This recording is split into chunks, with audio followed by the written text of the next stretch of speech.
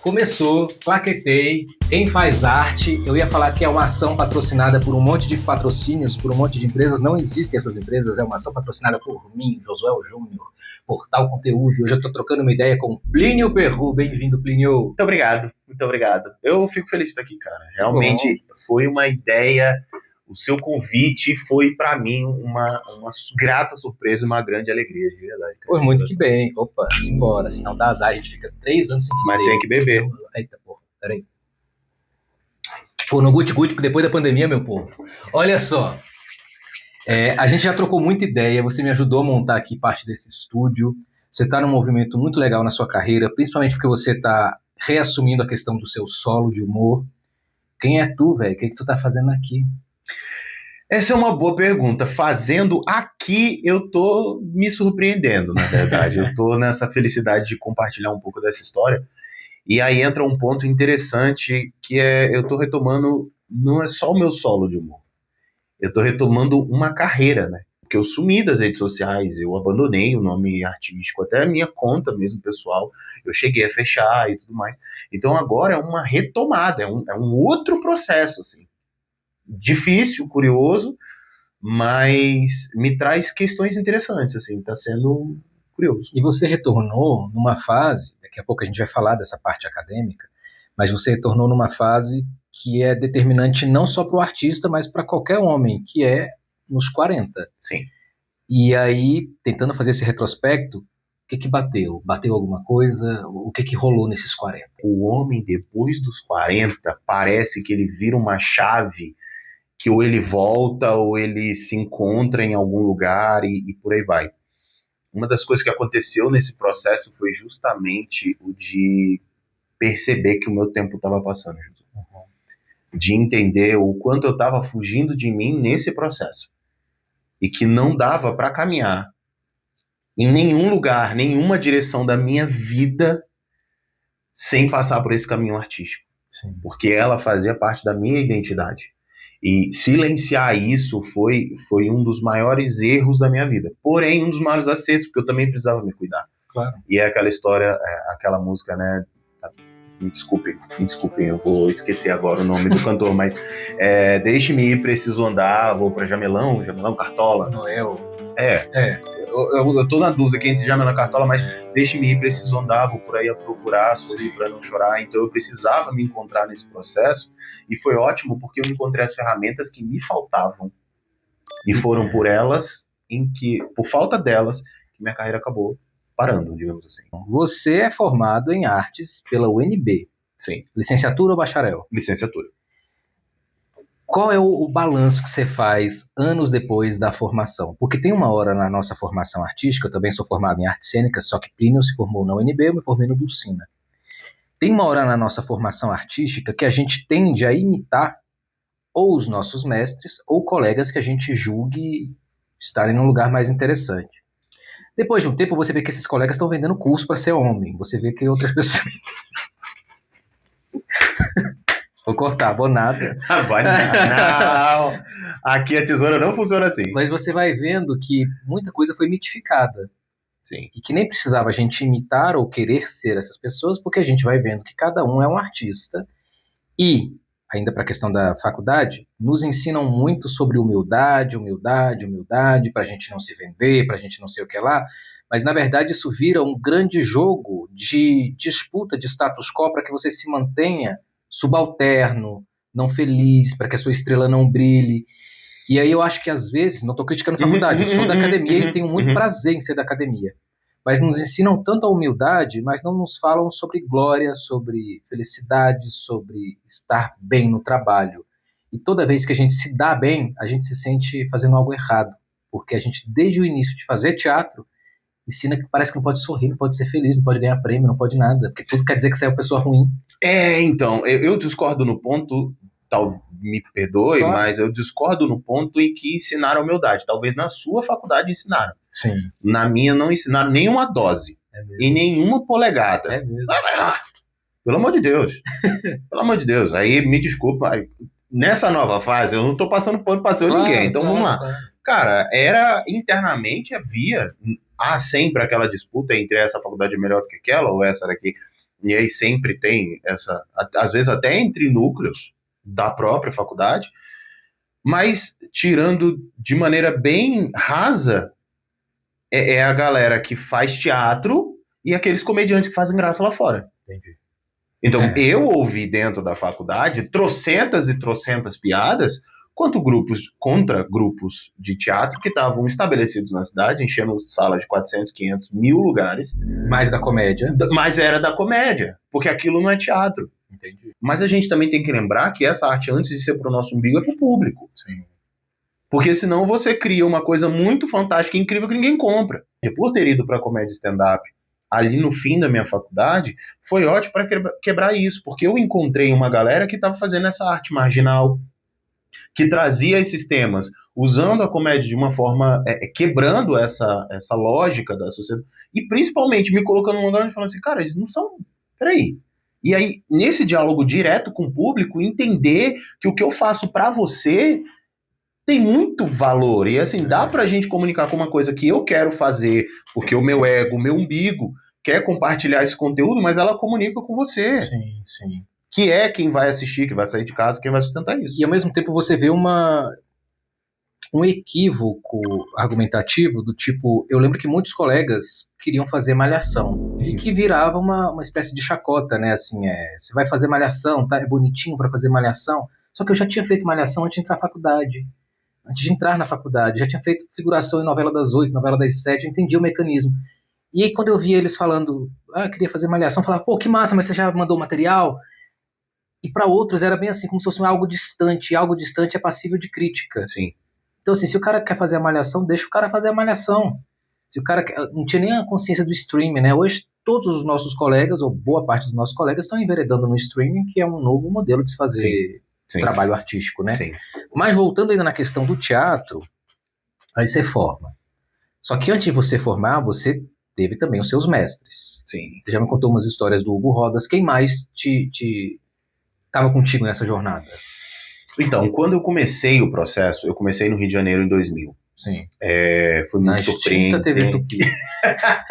Lá no Rio de Janeiro. Curso de escola, comecei numa companhia chamada Companhia Israelita de Artes em Campo Grande. Sim. Ali a gente fez algumas adaptações, como adaptações dos Flintstones, a gente fez os Flintstones, fiz uma peça sobre o Holocausto, enfim, alguns trabalhos muito legais, assim, que me deram toda essa base teatral da iniciação, entender os conceitos, mímica, trabalhei bastante ali naquela primeira fase. Venho para Brasília por mudança de vida, e chego aqui e me encontro naquele dilema, eu vou fazer teatro em Brasília, sendo do Rio, e aí eu trago comigo uma pessoa que foi, né, no meu coração ali, uma pessoa que foi um espelho maravilhoso, que foi uma baita de uma referência, que foi, então, Reinaldo Estelita, que foi meu primeiro professor. E aí, em algum momento da minha vida profissional, eu fui demitido, reuni esse dinheiro e falei, vou entrar para a faculdade, vou investir, eu estou em Brasília, eu não vou voltar sem um diploma, porque eu vim para cá e, aproveitando, queria oferecer um diploma para a família, então aquela coisa, vou fazer jornalismo para poder dar um diploma para a família, e aquela coisa toda. E eu decido, eu não vou voltar de mãos abanando. E aí chegou um momento que eu falei, peraí, por que eu não vou fazer teatro se eu já estou aqui? Mesmo que depois eu faça um complemento no Rio, ou enfim. Sim. Comecei a estudar. E aí o meu primeiro... Quando eu entrei na universidade, o primeiro professor, assim, da linha de interpretação, me conquistou, que foi o João Antônio. Que é aquele pequeno mestre dos magos, e a gente brincava nisso, porque estava de boa, ele dava o exercício, você reparava, ele estava sentado aqui. Dava um close, você começava a fazer o ensaio da cena aqui tranquilo, quando você olhava, ele não estava mais. Entendi. Aí você tinha uma dúvida, você pensava, caramba, pra quem que eu vou perguntar? Aí você olhava, ele estava lá em cima, na janela, assim. Aí você olhava e falava, que momento ele se transportou. Só para o público saber, João Antônio é um artista aqui de Brasília, do teatro, mas que hoje faz muito trabalho de telefilme, né? Sim, os telefilmes da Globo, ele participa... Todo final de ano ele está em algum projeto da Globo. E o João Antônio era incrível ali na oficina básica de artes cênicas. Ele me resgatou nesse processo da iniciação dos jogos teatrais e da exploração desse pequeno ator ali, né, dessas construções de cena e do criativo. Aí logo no semestre seguinte eu tive com o Hugo Rodas. E foi uma experiência. Isso é teatro, meu amor. Era maravilhoso. Ele era visceral em muita coisa, mas eu entrei assustado, porque tinha uma ideia ali dele muito agressivo, muito pesado. Na minha cabeça é assim, quando eu vou levar uma sapatada. Só que ele já não tinha mais condições de dar sapatada. Então, no meu tempo ele dava uma muletada, jogava um sapato, alguma coisa do tipo. Na verdade, isso também era uma lenda, porque ele não chegou a fazer isso com a gente. E quando fazia de jogar um sapato era pra errar. E aí era engraçado porque você via ele mesmo rindo da piada que ele tava fazendo. Eu lembro que a primeira vez que a gente foi conversar com ele, era tipo os Muppet Babies conversando com a babá. E aí tava todo mundo assim, meu Deus, Hugo Rodas. E aí ele falou sobre comédia, tava falando sobre comédia, ele falou bem assim, é como Chaves, vocês nunca viram Chaves? E aí todos nós assim, ele assiste Chaves. Ele, como é que você vai falar da comédia se você nunca viu Chaves, Chapolin? Teatro latino-americano, circo na televisão? Falei, cara, que incrível, né? Eu ouvi de um cara que eu sempre ouvi muitas histórias, ele falando de algo que eu gostava, que era Chaves e Chapolin.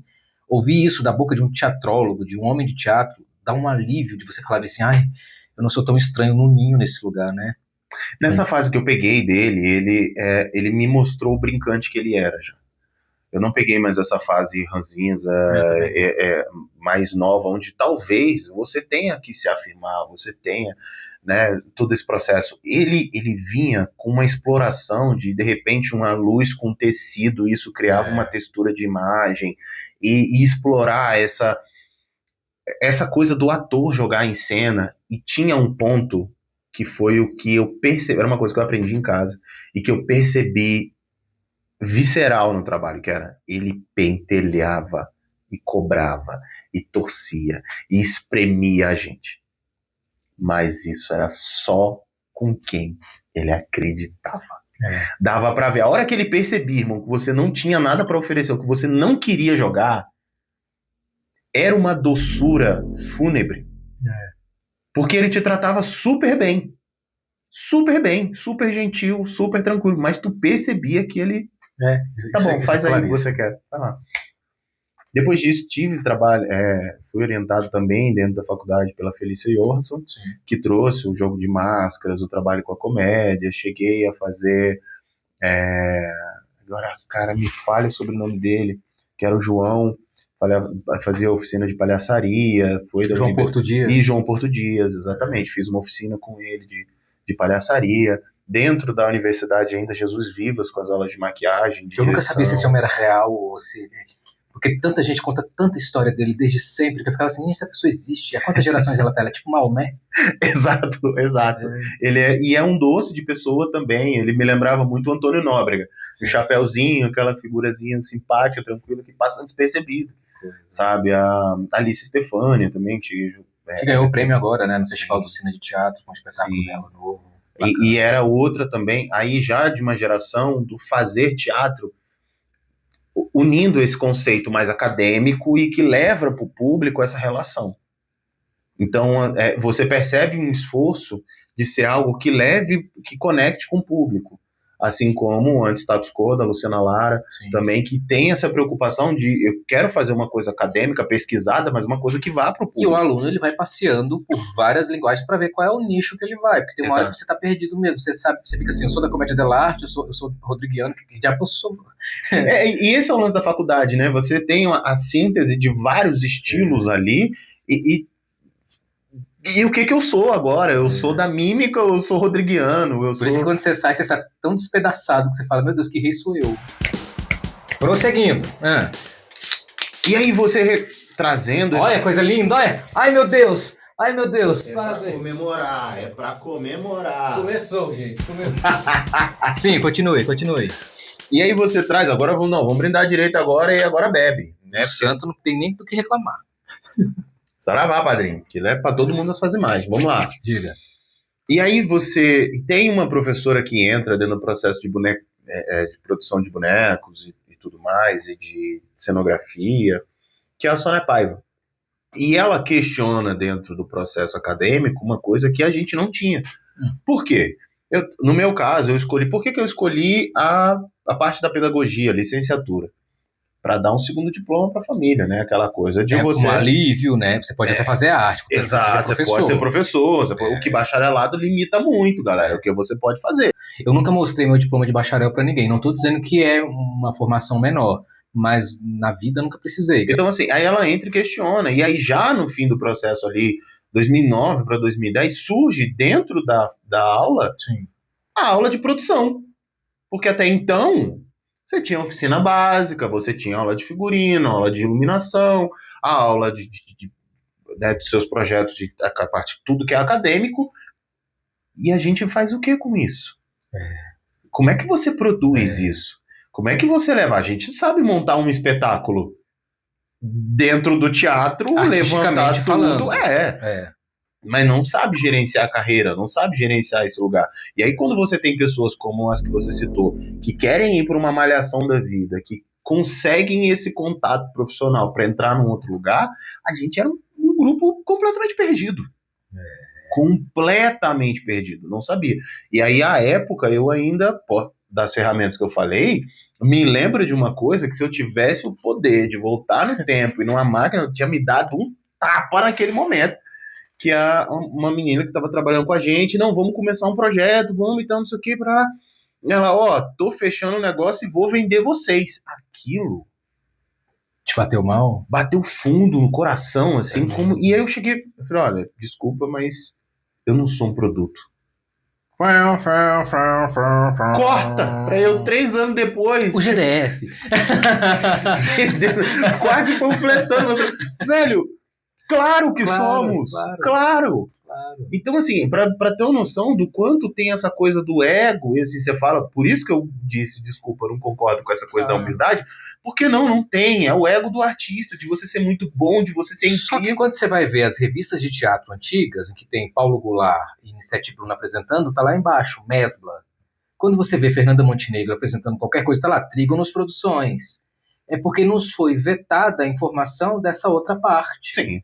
Porque ela sempre existiu. Sim. Hoje a gente tem os bancos da vida, os Itaús da vida, mas antes era Riachuelo, Mesbla, Avon, o que fosse, patrocinava. Não, e hoje ainda tem. Você vai pegar do Subway, McDonald's, Skies, lanchonetes que vão, restaurantes como Bellini, hotéis, que não sei o que, porque não dá para se fazer nesse recurso, a menos que você tenha um mecenas muito forte, o que é muito raro. Ou que você venha de uma família que possa bancar, e mesmo assim também enfim. Não é assim tão fácil. E aí a gente entrava nesse processo de ser artista por próprio ego, ser artista por... E não é assim. Não mesmo. E como foi a transição, ou isso foi mais fluido, do teatro para a questão audiovisual? Porque quando eu te conheci, tem uns 10, 12 anos talvez, era já num formato de saber que você era um cara que gravava propaganda.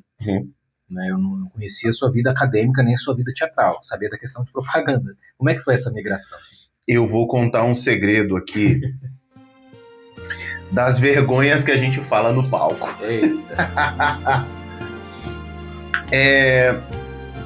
Quando eu já tinha esse interesse por TV, quer dizer, pelo teatro, de alguma maneira eu não sabia como fazer isso. Sim. O primeiro mosquito que me picou foi as Chiquititas. Que foi a primeira coisa que eu falei, eu queria fazer isso. Tanto que à época eu tentei ligar eu cheguei a falar com o diretor. Dos Talentos Brilhantes? Calma. Mas direto, né? Eu, velho, vi, juro pra você, olha a maluquice de uma criança de, sei lá, 11 anos. Sim. Cara, eu vi o nome do diretor-geral no fim da novela. Depois eu fui na lista telefônica e peguei o telefone, porque na época tinha lista telefônica, peguei o telefone do SBT. E aí eu liguei. E ele falou, não, você não fala com ele aqui. É em não sei aonde, São Paulo. Na época, telefone de cartão. Compro o cartão, porque aí era mais caro, DDD, no Rio de Janeiro. Cara, liguei, não, é pro ramal tal. E eu cheguei a falar com esse cara. E aí ele falou assim, não, você vai falar com o Flávio Colatrello, que é o diretor de elenco. Eu fiz curso com ele. E aí eu falei com esse cara, e aí pense uma criança de 11 anos, resolvendo sozinha nesse ponto. Não, mito, uns 13. E ele falou assim, me manda seu material pra gente olhar. Claro. Eu, uma criança de 13 anos, o que é me manda seu material? Eu voltei pra casa em crise, pensando o que ele quer com o meu material de escola. Ai, meu Deus. Eu não sabia o que era esse material, e eu nunca tinha feito um curso, nunca tinha feito nada. E aí, Fiquei com aquilo, perdi, apareceu depois, entrou a entrevista, aquele concurso que até eu não lembro o nome do ator, mas entrou pro Mosca e tal. Sei. E aí, enfim, desse perfil que o meu, inclusive. Na época ainda, aí quando eu comecei o teatro, eu fiz o teste pro Cidade de Deus. Fiquei na segunda etapa das 3. Fiquei tristíssimo, né? Fiz, inclusive, aquela cena do dadinho dando tiro, Sim. Foi a cena de teste, enfim, perdi e tal. Vim pra Brasília. Eu já tinha uma certa maturidade até então. E aí eu falei, poxa, eu preciso achar um jeito de entrar. E aí entra o tal do... Quando eu fiz 18, minha irmã falou assim, ó, tem um dinheiro aqui que eu tô guardando pra eu te dar a tua carteira de motorista. E eu caí no conto do comercial da Talentos Brilhantes, cara. Um primo meu também. Eu fiz o teste, eu paguei o valor de uma carteira de motorista naquele composite. Fiz uma aula que não me serviu de nada de passarela, eu nunca fui chamado nem para um teste. A gente nunca entendeu o que foi Talentos Brilhantes. É porque, na verdade, hoje você entende, era um comercial que entrava na programação do SBT e que fazia os pais pensarem que tinha correlação com o casting de Chiquititas. E de várias outras coisas, porque eles não mostravam só Chiquititas. Era comercial de várias publicidades, várias coisas, não só infantil, mas adolescente. Eu ainda imprimia adolescente. Eu lembro de um comercial da Fernanda Rodrigues, lembra da Fernanda Rodrigues, Sim. A atriz loirinha? Sim. Falando, você que quer participar de Malhação na sua cidade, vai ter um workshop. Ficava bem assim, o que é workshop? O que é workshop? O que eu preciso fazer?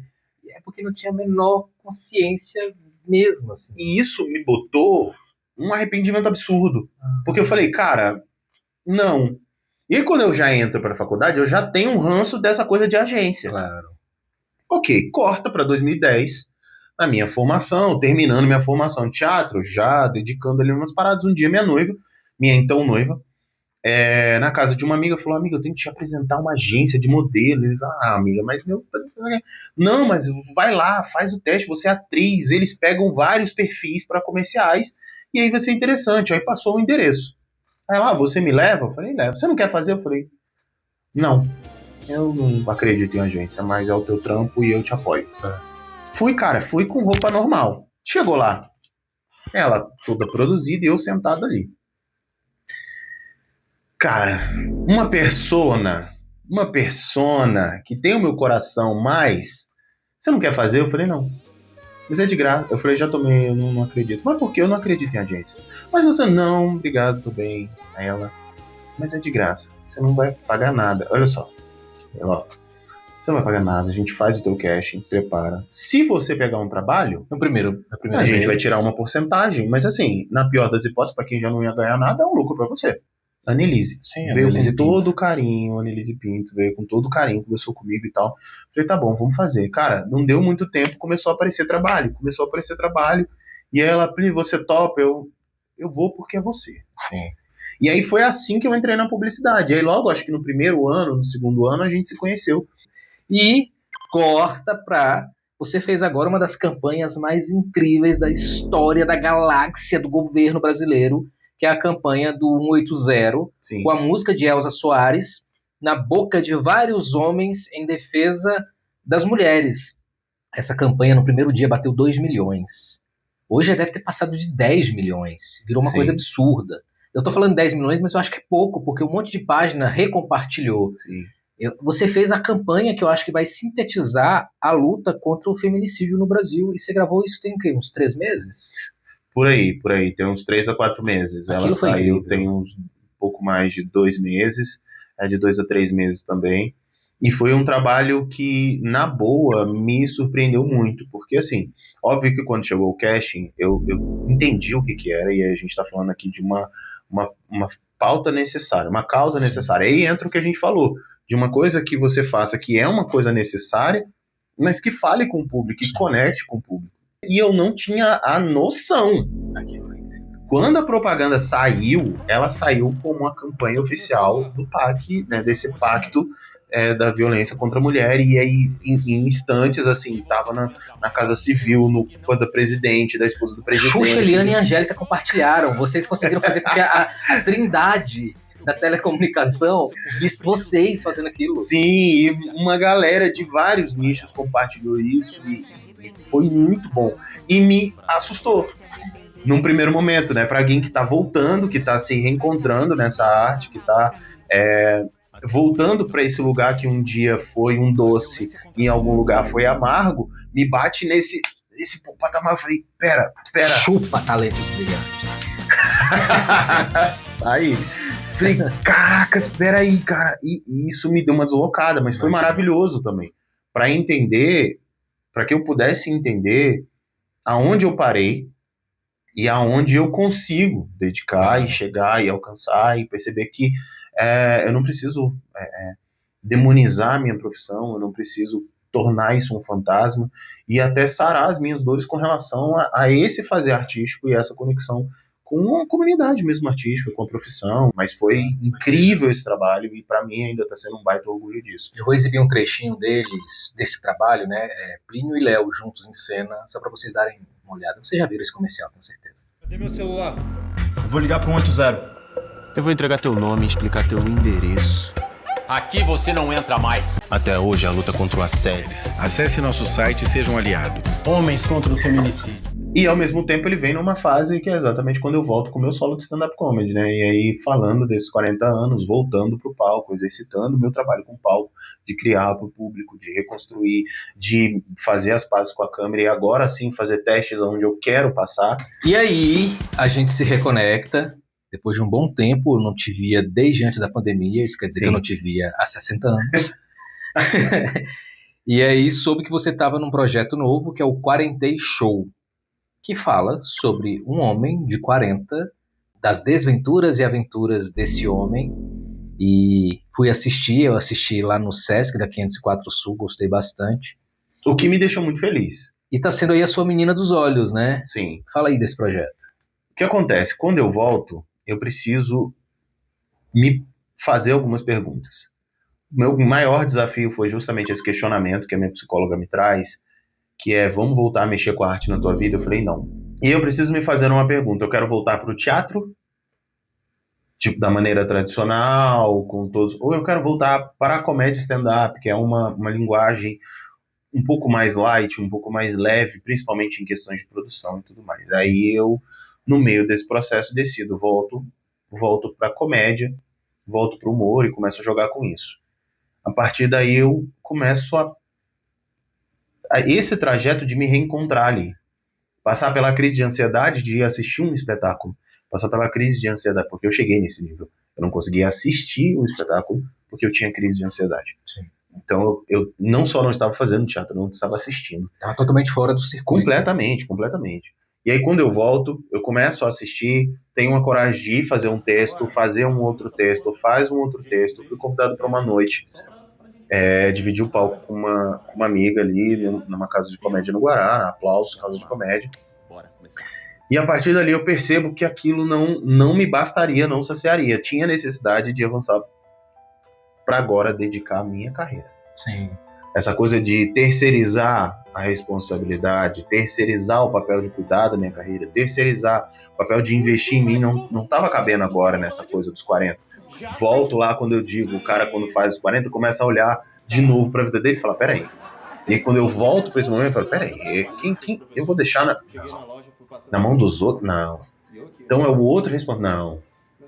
E aí eu começo já dentro desses fragmentos dos textos que eu já comecei a testar nesse primeiro ano ali do segundo semestre de 2024, que foi um ano difícil, porque inclusive eu tive a despedida do meu pai, enfim, né, cuidei dele até o fim do momento na vida dele ali, e aí foi um momento para mim, e ele era uma pessoa que me incentivava muito na parte artística.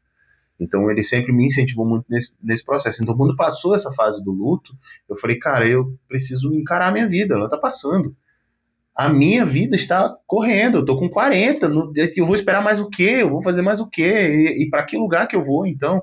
Da onde eu vou tirar minha subsistência? Da onde eu vou viver? Então eu preciso me encontrar, eu preciso voltar para mim e aquilo que me traz alegria para que eu possa caminhar. E aí no meio disso tudo, comecei a recolher alguns fragmentos desse texto, peguei uma parte de um texto lá do meu primeiro solo de stand-up de 2016, o Nunca Fui Santo, e repaginei ele, e aí trouxe que é o mote, né, o fim do espetáculo ali, fica a curiosidade, que é o maior medo do homem aos 40 anos, e aí coloquei, eu falei, cara, eu tenho um espetáculo completo. Sim, e tem mesmo. Eu tenho um espetáculo completo, eu tenho toda a história aqui, tudo que eu precisava, e as pessoas gostam de ouvir eu contando a minha história. Sim. Então eu vou contar a minha história. Porque há uma identificação com tantas outras pessoas, sejam homens ou mulheres, com a realidade de fazer 40. Então você ter um espetáculo que fala dessas desventuras do 40, isso atinge exponencialmente um público 40 mais. E muito do que foi vivido até os 40. Exato. Porque todo mundo passou. A gente que já tá na fase dos 40, a gente já sabe o que é. Tem um amigo que já tá tendo filho, ou já teve filho recente. Já fomos para muitos casamentos, a gente já. Netos, amigo. Netos. Tem uma galera já com netos, exatamente. Então, todo esse processo, a juventude, como é que foi tua juventude, o que já hoje já não é. Então, assim, no meu caso, que ainda tem essa mudança para Brasília, ainda tem essa relação com pais idosos, porque eu nasci, meu pai já tinha 55 anos, então a escolha do meu nome mesmo, Plínio Perru, porque não é nome artístico, esse é meu nome, e artístico também, porque eu não precisei nem sofrer para escolher. Então, assim, trabalhar com tudo isso, contar toda essa história ali na frente foi muito bacana, e para minha surpresa, o quanto deu efeito a galera comprar a minha história. E aí a gente lembra muito aquela frase que é ninguém vive uma experiência sozinho. Né? E uma experiência única, né? Então, na hora que eu conto ali, muita gente vai se identificando com o que vai sendo dito. Algumas coisas vão rindo de mim, da forma como eu passei aquilo, outras do caramba, eu entendo. Sim. E isso foi, fazer esse compilado e contar essa história trouxe um dos pontos de cura para mim, que é dar valor à minha história. Dar valor ao meu nome, dar valor à minha história, respeitar a minha história e não me tratar como alguém que simplesmente não soube cuidar da minha carreira lá atrás, culpar o mercado, os grupos, que é muito fácil a gente cair nesse lugar de o mercado não chama, os grupos não chamam, a oportunidade não vem. O ninguém me ama, ninguém me quer. É isso, só que das artes. Exato. E assim, tipo, não, cara, e aí literalmente respeitar a minha história, respeitar o meu nome, trazer isso e tornar isso uma história gostosa de se ouvir, engraçada de se curtir ali, além de todos os quiprocós e viver esses 40 anos. E aí eu chego ali e trago apresento esse cara de 40 que fala, já aguentei mais. Já aguentei mais bebida, já fui mais disposto, e como eu olho hoje pra vida ranzinza, né? Um jovem que faz 6-7, né? Mas a gente passou da fase do Antônio Nunes. Então, exato. Então, Mas tá feliz com o andamento da vida, dessa nova perspectiva do trabalho? Eu sei que felicidade é uma coisa a longo prazo, né? Mas te pergunto para saber assim, tá se sentindo no presente, tá se sentindo fazendo o que você tá fazendo, pesquisando o que você tá pesquisando, investindo no que você tá investindo? Como é que tá isso para você? Tô. Percebo sintomas ainda, né, de algumas feridas, mas eu percebo o quanto isso tá me trazendo para o lugar onde eu não devia ter saído e aonde eu devo estar. A pandemia fez a gente ver as coisas de casa e gerou uma certa preguiça de querer sair de casa para ir ver as coisas. Exato. Mas aí a gente perdeu essa coisa de ver as pessoas, de fato, do contato humano. O teatro, principalmente, foi muito prejudicado com isso. Sim. Porque a gente percebe que os streams cresceram. Tudo que é web, série, filminhos, etc., cresceu bastante. Mas e seus artistas? Você está vendo eles no teatro? Você está indo assistir ele pessoalmente? O músico que você gosta? E é nessa hora, no ao vivo que a seleção acontece, porque na internet é muito fácil. É no set que a coisa acontece, porque também... E agora vai ter IA, vai ter set, vai ter... Eu morro de medo de perder papel para Magalu. Ela está conseguindo mais relacionamento do que muita gente por aí.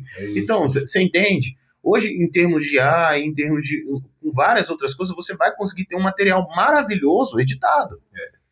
Mas que no ao vivo tu vai olhar e vai falar, mas essa decepção ela também é boa para você perceber algumas paradas ali. E vai selecionando, porque você foi uma vez, aí na próxima vez que você for... os elementos surpresas onde está. Já não estão mais. Você já sabe aquele artista o que que é. Pô, é frustrante ver isso e tal. Pode ser que aquele cara ele vai ser bom lá na internet, mas no ao vivo não vai ser. Mas, de qualquer maneira, é interessante você ir, porque vai ter aquele cara que, às vezes, ele não vai estar entregando tão bem na internet. Por E vários que pessoalmente é motivos, e que incrível. pessoalmente é incrível. Que é diferente daqui, gente, porque tanto pessoalmente como nas redes, a gente é incrível. Pode apostar. Plínio, obrigado. Eu que agradeço, eu tô de verdade. Se não fosse a cerveja, toda a celebração que a gente já fez aqui, eu tava em pânico, eu tava nervoso, eu tava tenso. Não, eu te agradeço muito pela participação. Eu acho que a ideia desse quadro do Portal Conteúdo é justamente a gente falar com quem faz arte. Eu tenho certeza que você faz a arte muito bem. E é um prazer ter você aqui no estúdio. Muito obrigado. Cara, eu que agradeço o convite. Eu tô realmente impactado com o teu trabalho. Eu conheço o teu trabalho, mas com toda a ferramenta que você colocou e esse lugar aqui, não vou bajular muito. E eu acho que, para fechar, eu quero 2 pontos que eu queria colocar e deixar para o público. Que é o primeiro, vá assistir os seus artistas ao vivo. Mesmo que isso gere uma frustração, isso é ótimo, porque isso vai te fazer recalibrar e repensar esses seus artistas e tudo mais. E o segundo é que essa arte saia, que essa arte ela toque você, cara. Que quem faz arte faça para o público e pense nisso, sabe? De fazer para além de só fazer para si, porque não é algo só para você guardar na prateleira do álbum de fotografia de infância da sua avó. Pra gente que é artista, a gente tem uma obrigação de alguma maneira de não vou dizer influenciar, que é uma palavra forte, né, e hoje até batida, mas de movimentar o mundo, assim, de deixar alguma coisa para fora. Então, fazer arte é fazer arte para fora, é fazer arte para o público, é fazer arte que enganje e envolva pessoas e de alguma maneira toque elas e faça elas ou pensar ou se emocionar e lembre disso.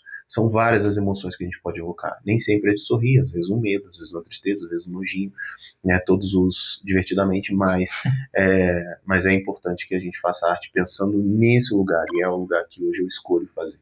Fazer arte para o público e fazer arte que me conecte com pessoas, que me levem a pessoas e que tragam pessoas até mim para que a gente possa se abraçar, possa rir junto e tudo mais, e encontrar pessoas como você e aí vir num programa como esse, porque de novo, assim, é palpável.